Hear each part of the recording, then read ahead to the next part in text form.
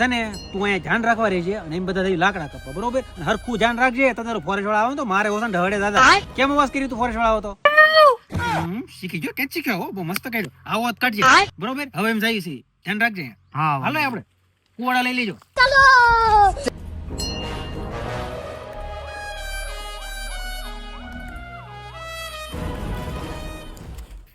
ધ્યાન રાખજે.